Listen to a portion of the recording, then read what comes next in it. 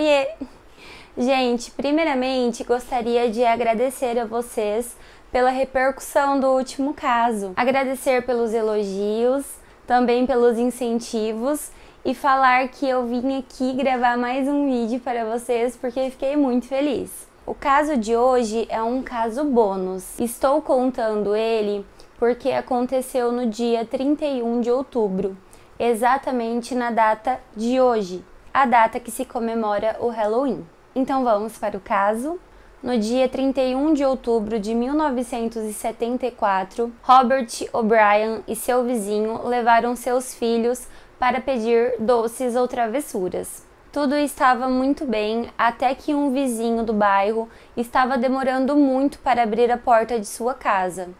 As crianças não quiseram esperar e foram para a próxima casa, mas Ronald, como um bom pai, esperou para que pudesse pegar os doces para as crianças. Ronald retornou ao grupo com 5 doces na mão. Esses doces eram uma bala em pó, que se chama Pizz Stix, e é fabricada pela Wonka. Então, ao retornar ao grupo, Ronald dividiu os 5 doces entre seus 2 filhos, Timothy, de 8 anos, e Elizabeth, de 5 anos, aos 2 filhos do vizinho, sobrando um doce. Esse último doce ele deu para um garotinho que estava passando no momento, que ele reconheceu, pois frequentava a mesma igreja que ele. Chegando em casa, seu filho, Timothy, pediu para comer um dos doces.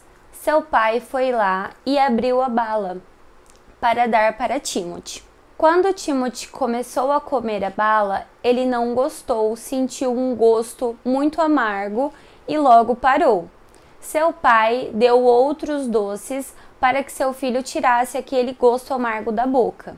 Ao passar alguns minutos, Timothy começou a passar muito mal e correu para o banheiro. Antes mesmo de ter chego ao banheiro, Timothy começou a ter convulsões muito fortes e seu pai e sua mãe foram ver o que estava acontecendo. Timothy não melhorava até que começou a ficar mole no colo de seu pai. Desesperados, chamaram a ambulância, mas Timothy faleceu a caminho do hospital. O acontecido apavorou todos os pais da região.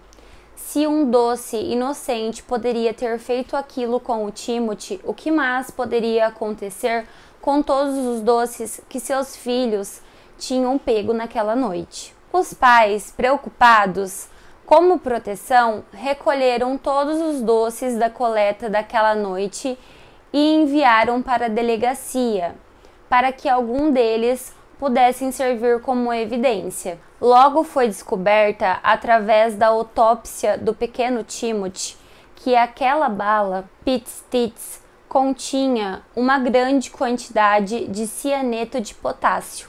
Logo em seguida, a polícia conseguiu resgatar aqueles outros 4 doces que Ronald havia recebido aquela noite. Felizmente, nenhum daqueles outros 4 doces haviam sido consumidos.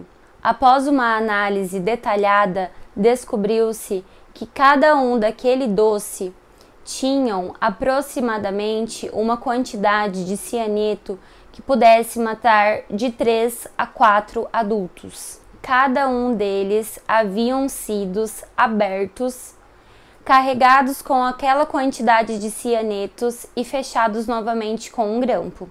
No início da investigação, Ronald dizia que não se lembrava onde foi que pegou aqueles doces. Porém, isso era muito estranho, porque o seu grupo não conseguiu percorrer mais que 2 ruas, porque uma forte chuva havia acabado com o Halloween naquela noite. Então, as suspeitas sobre Ronald aumentaram quando souberam que nenhuma casa naquelas 2 ruas haviam comprado a bala Pizz Stix naquele Halloween. Depois de muito pressionado, Ronald caminhou pelas ruas com os policiais, assim lembrando em qual casa que teria pego os doces. Segundo ele, quando chegou naquela casa, o vizinho mal ligou as luzes.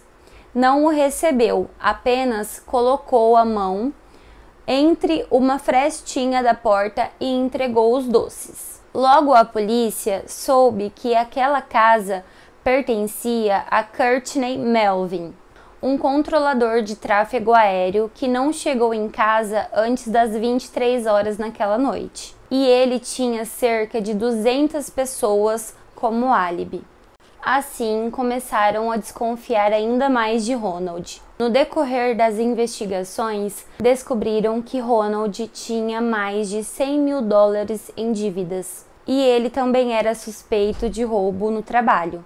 Ele também havia passado por mais de 21 empregos dentro de 10 anos, havia perdido a sua casa e também o seu carro, e tinha feito diversos empréstimos no banco. Também se descobriu que Ronald havia feito apólices de seguro de vida para seus 2 filhos, meses antes do ocorrido, no valor de R$10 mil cada. Em setembro do mesmo ano, ele aumentou mais de $20 mil em políticas adicionais do seguro de vida, totalizando mais de $60 mil em seguro de vida. Na manhã seguinte da morte de seu filho, Ronald ligou à sua seguradora para saber como resgatar o dinheiro. Em meio às investigações, um homem, dono de uma loja de suprimentos químicos, procurou a polícia, falando que um homem muito parecido com a foto de Ronald havia entrado em sua loja, procurando por cianeto, mas quando descobriu que poderia comprar apenas uma pequena quantidade, ele desistiu da compra. Então, a teoria da polícia era que Ronald O'Brien tinha um plano de envenenar seus 2 filhos e assim pegar o dinheiro que tinha feito das apólices de seguro, assim podendo pagar todas as suas dívidas. Já os doces dados às outras 3 crianças foi apenas uma cruel tentativa de não levantar suspeitas. O cruel psicopata foi interrogado várias vezes, porém jamais confessou o seu crime. Diane, a mãe das crianças, não teve nenhum envolvimento com o caso. Em seu julgamento, diversas pessoas testemunharam que Ronald tinha interesse por cianeto há mais de 2 anos, perguntando constantemente sobre o seu funcionamento e também qual seria a quantidade que pudesse matar uma pessoa. Porém, ele não desistia. Sua defesa se baseava em várias lendas urbanas que falavam que pessoas envenenavam crianças no dia do Halloween. A imprensa caiu em peso sobre o caso, apelidando o homem de The Candy Man, o Homem do Doce. Então, no dia 3 de julho de 1975, o júri levou 46 minutos para condenar Ronald O'Brien a culpado de assassinato e de tentativas de 4 homicídios, assim condenando Ronald à morte. Pouco após de condenado, sua esposa, Diane, resolveu se divorciar de Ronald. Ela casou-se novamente, criando Elizabeth com muito amor e carinho. Ronald O'Brien teve várias datas marcadas para sua execução, porém sempre conseguia adiá-las, entrando com recursos. Até que no dia 31 de março de 1984, pouco depois da meia-noite, o homem foi executado através de injeção letal. Ele morreu ainda se dizendo inocente. Sua última declaração dizia que ele acreditava ser injustiçado, mas que perdoava todos os envolvidos em sua morte. Também, no dia da execução, as pessoas que compareceram tacavam doces enquanto o homem era executado. E esse foi o caso de hoje. Um caso real que aconteceu no dia 31 de outubro, Halloween. E mais uma vez venho aqui agradecer vocês por terem assistido até o final. E quero falar para vocês também deixarem o like se for possível e se inscreverem aqui no canal, porque toda semana estarei trazendo um caso novo para vocês. Um beijo e até o próximo caso!